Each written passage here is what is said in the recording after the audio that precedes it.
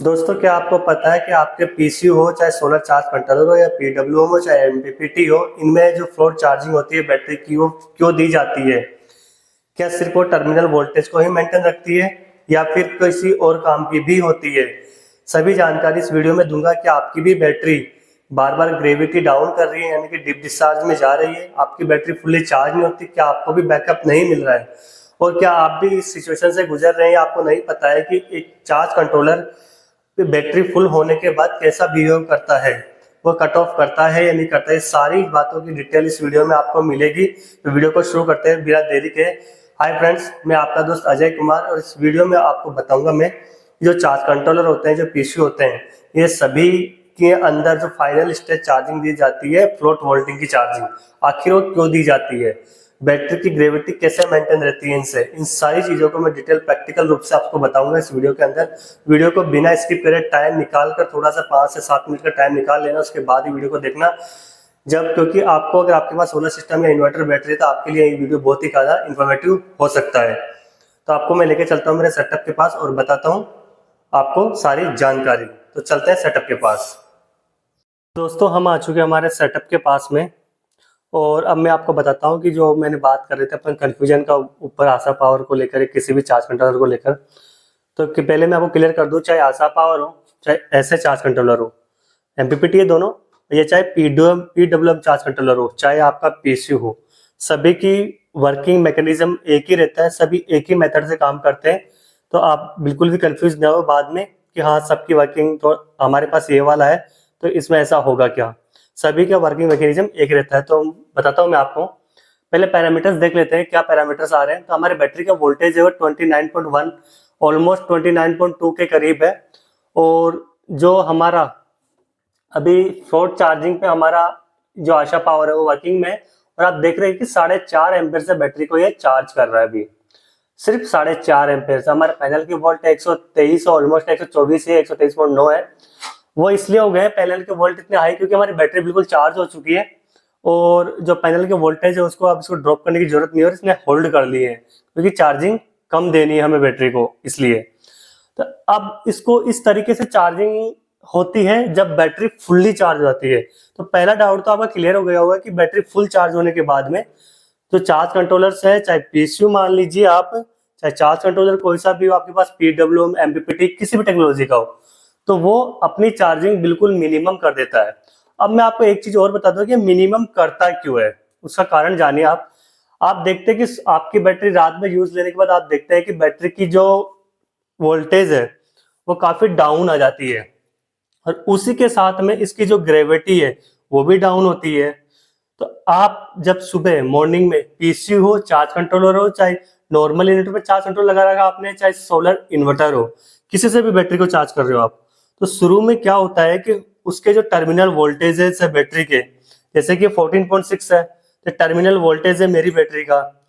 जैसे कि आपको दिखा दूं मैं लाइव, जैसे स्टार को हटाऊंगा नीचे वाला बंद हो जाएगा, ये देखिए।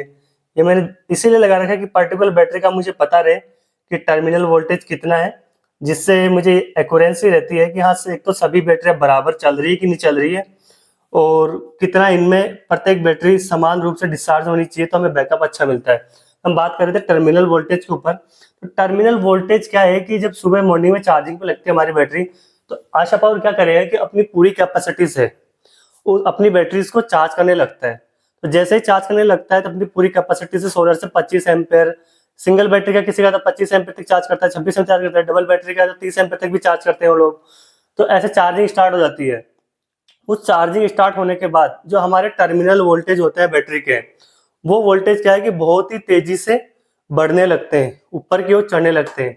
और आप देखते होंगे कि 1 या 2 बजे, लास्ट 3 बजे, आपके जो बैटरी के वोल्टेज है वो पूरे हो जाते हैं। जितना आपने सेट कर रखा है वहां तक टर्मिनल वोल्टेज बैटरी के पहुंच जाते हैं।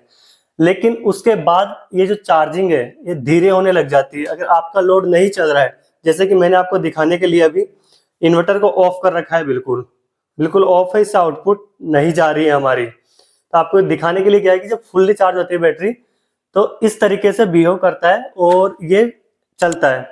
अब ये फ्लोट वोल्टिंग में जो फ्लोट चार्जिंग दे रहा है, फ्लोट वोल्ट जो हमने सेट किया था उसके लिए, ये 4.5 एम्पेयर इसलिए दे रहा है कि हमारी बैटरी की जो वोल्टेज हमने इस चार्ज कंट्रोलर के अंदर फ्लोट में सेव किए हैं, जैसे कि मैंने 14.6 किए हैं, तो मेरा 2 बैटरी के 24 वोल्ट लगा हुआ है इसके ऊपर, तो वो हो गया 29.2। तो 20.92 वोल्टेज बैटरी का टर्मिनल वोल्टेज मेंटेन रखने के लिए जितने एम्पेयर की जरूरत होगी उतना एम्पेयर से बैटरी को ये चार्ज लगातार करता रहेगा, चाहे आपका लोड चले चाहे नहीं चले।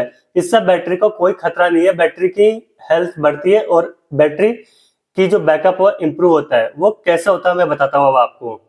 वो इस प्रकार होता है कि जब हमारी बैटरी सुबह मॉर्निंग में फास्ट चार्जिंग होती है, उस समय पे हमारी बैटरी की ग्रेविटी नहीं चढ़ती है, सिर्फ हमारे बैटरी के वोल्टेज वो है ऊपर की साइड चढ़ते हैं, पूरे होते हैं।